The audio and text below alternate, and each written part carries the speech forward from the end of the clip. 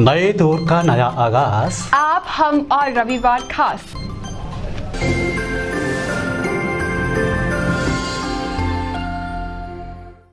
नमस्कार, मैं हूं ओमकार सिंह और मैं हूं आपके साथ काजोल चौहान और हम फिर से हाजिर हैं आपकी खिदमत में और एंटरटेनमेंट का पिटारा लेकर। तो आज हमारे पिटारे में क्या है ओंकार जी? काजोल, आज मैं आपको लिए चलूँगा सोलन में हमारे एक बहुत ही प्रसिद्ध बांसुरी वादक हैं। उसके बाद मैं आपको मिलवाऊंगा हिमाचल के सुप्रसिद्ध लोक गायक और म्यूज़िक के प्राध्यापक मोहिंदर राठौर जी से। उसके उपरांत मैं आपको एक बहुत ही लजीज जलेबी बनाने वालों से मुलाकात करवाऊंगा। तो इसी तरह से हमारे पास बहुत सारी जो आइटम है, मुझे उम्मीद है कि दर्शक इसका बखूबी आनंद उठाएंगे। तो सबसे पहले शुरुआत करते हैं हम बांसुरी वादन से। जी बिल्कुल। कपड़े धोआ चमचम रोआ कुंजुआ में उन्होंने क्या खूबसूरत प्रस्तुति दी है। तो सीधे आपको लिए चलते हैं सोलन, जहां हमारी संवाददाता मोहिनी सूद हमारे साथ जुड़ चुकी है। तो क्या खास है, आप भी देखिए जी।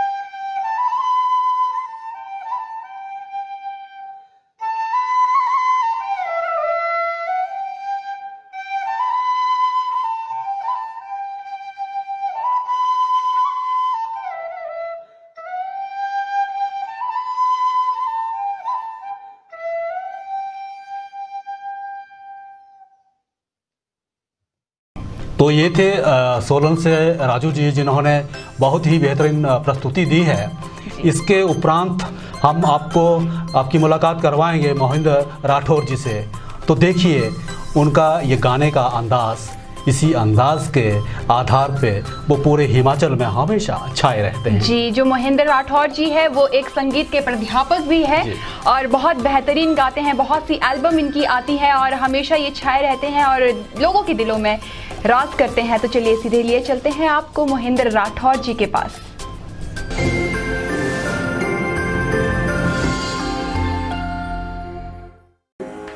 नमस्कार, दिव्य हिमाचल टीवी के संडे एंटरटेनमेंट के इस एपिसोड में आप सबों का बहुत बहुत स्वागत है। मैं बहुत आभारी हूँ दिव्य हिमाचल टीवी का, जिन्होंने मुझे मौका दिया है आप सबों से रूबरू होने का। कार्यक्रम का आगाज एक भरथरी लोक गाथा से करूंगा, जिसमें हिरन और शिकारी की कथा का वर्णन है। आप लोगों को सुनाऊंगा और इजाजत चाहूंगा आप लोगों से गाना शुरू करने की।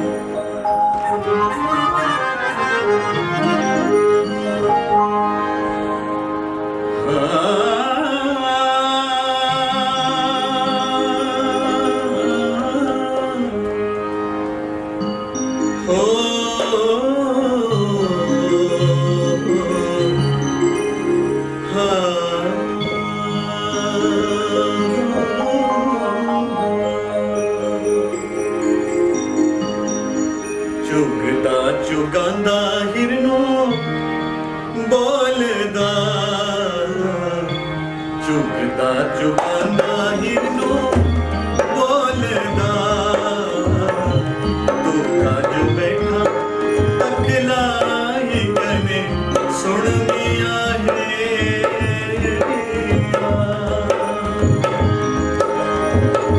चुगदा चुगांदा हिरनो बोलदा, तू काज बैठा तकलाई कने सुन मिया है।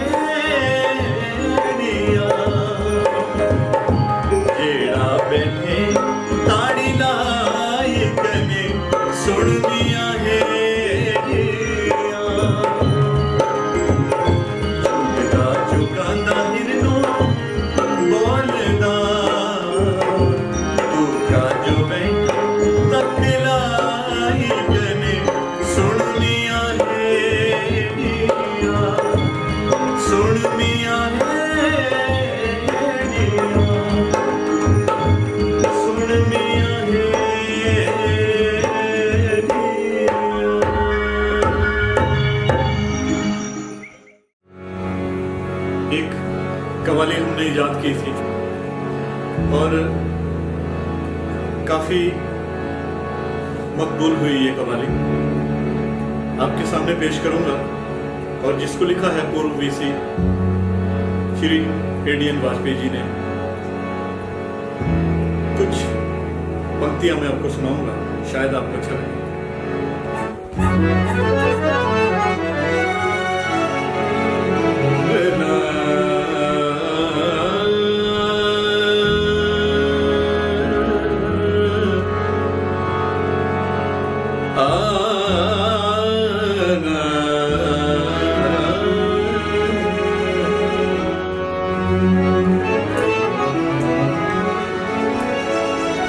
बोले मेरी बाठड़े सौंग तेरे करू तो पुरकार। बोले मेरी बाठड़े सौंग तेरे करू तो पुरकार। जीव मेरा सोचा बे निचला, जीव मेरा सोचा बे निचला, इन दोनों पर तो पुरकार। बोले मेरी बाठड़े सौंगे तेरे करू तो पुरकार। बोले मेरी बाठड़े सौंगे तेरे करू तो पुरकार।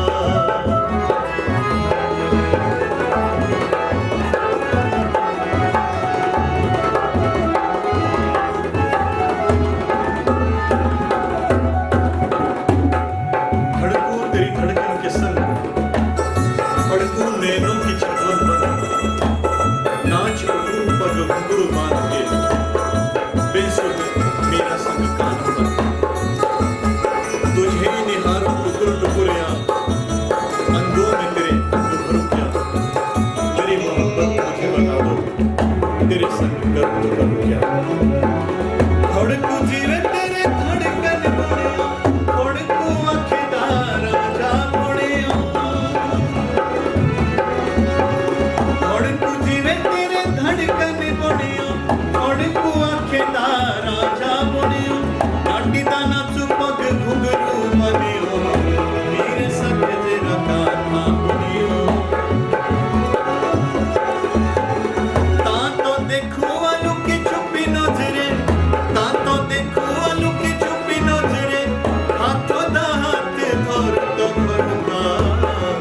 बोले मेरी बाठड़े सौंगे तेरे करू तो पुरकार।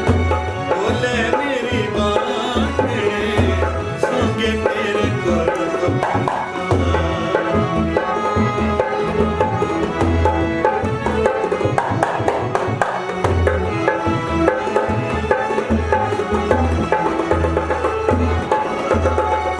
जीव मेरा सोचा गे निचला, जीव मेरा सोचा गे निचला, तीन दोनों पर तो पुरकार।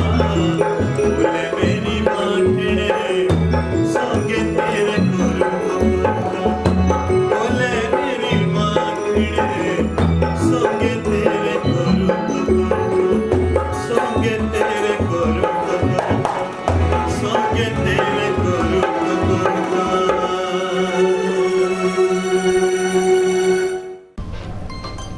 तो चलिए, गाना बजाना बहुत हुआ, अब आपको हम जादू दिखाएंगे, एक अलग जादू। हाँ, मैं आपको काजोल ले चलूँगा करसोग। करसोग से हमारे संवाददाता ने भेंट की है एक जादूगर से, और आपको मैं जादूगरी की दुनिया में ले चलूँगा। और ये हैं जुड़े हुए हमारे साथ जादूगर JM नेगी। नेगी की जादूगरी के चर्चे पूरे प्रदेश में ही नहीं, पूरे देश में होते हैं। तो आप देखिए कि किस तरह से अपने करतब दिखाते हैं, और करतब देखने वाले हमेशा कह उठते हैं, वाह भाई वाह। नमस्कार, आप देख रहे हैं दिव्य हिमाचल टीवी। मैं हूं नरेंद्र शर्मा करसोग से। आज हम आपको संडे एंटरटेन के लिए बहुत ही शानदार मनोरंजन भरा हुआ जो है वो शो दिखाने वाले हैं। आप जो मशहूर जादूगर हैं आज हमारे साथ JM नेगी, इनके हाथों का कमाल देखेंगे। तो आइए हम इनसे मिलवाते हैं संडे एंटरटेनमेंट में, आप भी आनंद लें।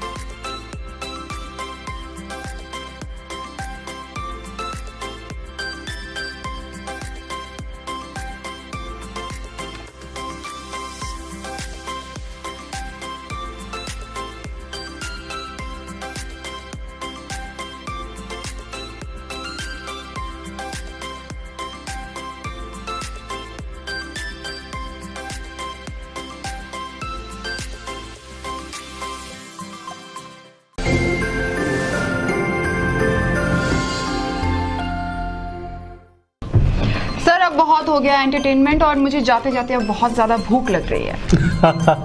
क्या बात करती हैं काजोल, अगर आपको भूख लग रही है तो मैं सच में आपको जलेबी ज़रूर खिलाऊंगा और आपको ले चलूंगा हमीरपुर के श्यामा जलेबी सेंटर में। हमारे संवाददाता सुरेंद्र ठाकुर मौजूद हैं और आज आपको मैं दिखाऊंगा कि जलेबी किस तरह से बनती है, तो आप देखेंगे और रसीली जलेबी का स्वाद आप ले पाएंगे हमीरपुर से हमारे संवाददाता सुरेंद्र ठाकुर के साथ। मैंने ये भी सुना है कि ये जलेबी लगभग 1967 से ये लोग काम कर रहे हैं और इनकी जलेबी का स्वाद आज तक फीका नहीं हुआ है। 53 साल का इतिहास है, तो देखिए किस तरह से जलेबी बनती है। जी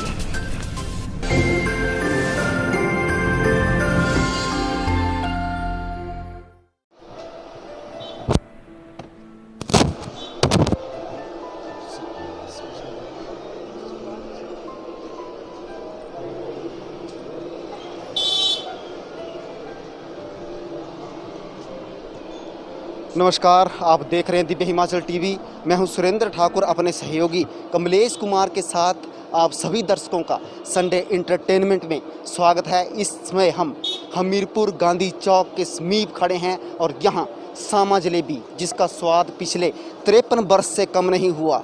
53 वर्ष पहले यानी कि 1967 में शुरू किया गया जलेबी का कारोबार इतना फला फूला कि आज हर एक व्यक्ति की जुबान पर इस जलेबी का स्वाद चढ़ा हुआ है। 53 वर्ष बीत जाने के बाद भी इस जलेबी का स्वाद कम नहीं हुआ। रथ घी में तैयार होने वाली इस जलेबी की एक अपनी ही पहचान है और उसी पहचान को आज हम आपके समक्ष सार्वजनिक करेंगे। यहाँ की लाइव तस्वीरें आपको दिखाएंगे और प्रबंधन से बातचीत करेंगे कि आखिरकार उनकी जलेबी इतनी मशहूर कैसे हुई। तो आइए आपको यहाँ की लाइव तस्वीरें दिखा रहे हैं। हम दिखा रहे हैं आपको कि किस तरह से ये जलेबी यहाँ पर बनाई जाती है। इस समय जो जलेबी बनाने वाले कारीगर हैं वो अपने कार्य में जुटे हुए हैं, आप देख सकते हैं। हालांकि दुकान के अंदर ग्राहकों की आवाजाही पर प्रतिबंध लगा दिया गया है। कोरोना काल के चलते अब ग्राहकों को दुकान के बाहर ही ये रसीली जलेबी मिलती है। अभी दुकान के अंदर जाकर आपको पूरा यहाँ का दिखा रहे हैं। ये देखिए, ये हमीरपुर की सामा सेंटर जलेबी है और 53 साल से इस जलेबी का रस स्वाद आज तक कम नहीं हुआ। आप देख सकते हैं यहाँ पर जो दुकान के मालिक हैं विधि चंद सामा जी, इन्होंने ही 1967 में जलेबी बनाना शुरू किया था और आज ये कारोबार इतना फल फूला है कि आज पूरी पीढ़ी, पूरा परिवार इसी कार्य में अपनी रोजी रोटी कमा रहा है, अच्छा व्यवसाय कमा रहा है। आपको यहाँ पे दिखाएंगे कि किस तरह से ये जलेबी बन रही है और इस जलेबी में क्या क्या डाला जाता है। जो इसकी चाशनी होती है वो किस तरह से बनाई जाती है, जलेबी का जो बाकी मटेरियल है वो किस तरह से बनता है। तो फिलहाल जो कारीगर हैं उनसे बातचीत करना चाहेंगे। जी नमस्कार, आप थोड़ा सा बताएं कि ये जो जलेबी है, इतनी फेमस जलेबी है सामा जलेबी, तो आप किस तरह से इसका मटेरियल बनाते हैं, क्या क्या इसमें डालते हैं? इसमें अच्छी तरह की चीनी, मैदा, घी प्रयोग में लाया जाता है। कौन सा घी आप इसमें प्रयोग करते हैं? रथ घी। रथ घी। आप बताएंगे कि कब से स्टार्ट किया था और तब से कौन सा घी, यही घी इस्तेमाल कर रहे हैं, कुछ और भी इसमें मिलाते हैं? जब से शुरू किया जलेबियों का काम तो रथ घी यूज किया मैंने। रथ घी से ही शुरू किया था। तो ऐसी क्या खासियत है आपकी जलेबी में कि लोग आज भी आपकी दुकान की तरफ खींचे चले आते हैं? अच्छी सामग्री प्रयोग में लाने से, साफ़ सुथरा काम करने से ग्राहक जो है वहीं दौड़ता है जहाँ अच्छी चीज़ मिले। जी, दुकान के जो मालिक हैं उनसे बातचीत करना चाहेंगे। फिलहाल हम आपको दिखा रहे हैं जो जलेबी यहाँ बन रही है। ये देखिए, ये चाशनी है और चाशनी में गर्मा गर्म जलेबी डुबोई जा रही है ताकि इस चाशनी का स्वाद इस जलेबी में पूरी तरह घुल मिल जाए और बाद में यही जलेबी ग्राहकों को परोसी जाती है। पूरा परिवार आज इसी कारोबार में जुटा हुआ है और यहाँ से अच्छी खासी आमदन कमा रहा है। अब हम बात करेंगे दुकान के मालिक विधि चंद सामा जी से, क्योंकि उन्होंने ही इस दुकान को शुरू किया था और आज भी इसी दुकान पर बैठे हैं। ये सौभाग्य की बात है। जी सर नमस्कार, थोड़ा सा बताएंगे कि कब से ये दुकान आपने खोली और कितनी मेहनत की और आज तक क्यों इस जलेबी का स्वाद कम नहीं हुआ? आज भी ग्राहक दौड़े चले आते हैं, तो क्या खासियत आपकी इस जलेबी में है? सब माल की मेहरबानी है, हमारी कोई ख्वाहिशत नहीं है। खंड और मैदा घी रत घी इस्तेमाल करते हैं, खंड जो है उत्तम मिल की इस्तेमाल करते हैं। कोई खासियत कोई चीज़ नहीं है। गाहक जो गाहक पसंद करता है ठीक है जलेबी ठीक पकाई हुई देनी है, मैंने कच्ची नहीं देनी है। कब से शुरू किया था आपने ये कारोबार? ये कारोबार जलेबी का कारोबार सन 68 से किया था। यानी 50 साल से अधिक हो गए और आज भी ये कारोबार काफ़ी फल फूल रहा है। थोड़ा सा सर ये बताएं कि कितना आपका परिवार यहाँ पर इस समय रोज़गार कमा रहा है सिर्फ जलेबी से? हम यहाँ पर 2 लड़के हमारे, एक मैं हूँ, 3 आदमी हम बच्चे स्कूल में पढ़ते हैं। कभी कभी जब स्कूल में छुट्टियाँ होती हैं तब हाथ बटा जाते हैं। चलिए, और क्या खासियत है जलेबी की? क्योंकि कई बार ऐसा होता है कि जैसे कोई सामान हम बनाते हैं, बेचते हैं, बाद में उसकी बिक्री कम हो जाती है, लेकिन आपकी जलेबी का स्वाद ना कम हुआ और ना ही इसकी बिक्री कम हुई। इसका क्या कारण मानते हैं आप? साफ सौदा इस्तेमाल करना है, अच्छी खांड इस्तेमाल करनी है, अच्छा घी अच्छा मैदा इस्तेमाल करते हैं और ठीक पका कर देते हैं, कच्चा माल नहीं देते कोई। और भगवान की मेहरबानी, हमारे यहाँ कुछ नहीं डालते इसमें। तो दुकान के जो मालिक विधि चंद सामा जी हैं, उनका कहना है कि अच्छा घी इस्तेमाल किया जाता है, अच्छी सामग्री, बेहतर क्वालिटी की सामग्री इस्तेमाल की जाती है, बेहतर चीनी इसमें लगाई जाती है जिसकी चाशनी बनती है, और यही कारण है कि आज तक इस जलेबी का स्वाद कम नहीं हुआ। जो कारीगर आप देख रहे हैं, जो कारीगर इस समय जलेबी बना रहे हैं, इन्हीं की जगह पहले विधि चंद सामा जी बैठा करते थे, लेकिन अब उम्र दराज होने के चलते इन्होंने ये कार्य अपने आगामी पीढ़ी को सौंपा है और आगामी पीढ़ी इस कार्य को बखूबी निभा रही है। आप देख सकते हैं बाहर ग्राहकों की जलेबी खरीदने के लिए लाइन लगना शुरू हो गई है। कुछ देर पहले भी काफ़ी ग्राहक यहाँ पर देखे गए थे। ऑन डिमांड जलेबी यहाँ पर बनाई जा रही है, क्योंकि कोरोना काल है, ऐसे में दुकान के अंदर आने पर मनाही है, लेकिन ऑर्डर पर जलेबी तैयार की जा रही है और ये कार्य सारा दिन चलता रहेगा। सिर्फ लंच के दौरान ही ये कारीगर थोड़ा आराम करते हैं, अन्यथा सारा दिन यही काम चला रहता है, क्योंकि यहाँ की जलेबी ही इतनी मशहूर है कि इसकी डिमांड ही पूरी नहीं होती। लोग बाहर सड़कों पर खड़े होकर भी अपनी बारी का इंतज़ार करते देखे जाते हैं।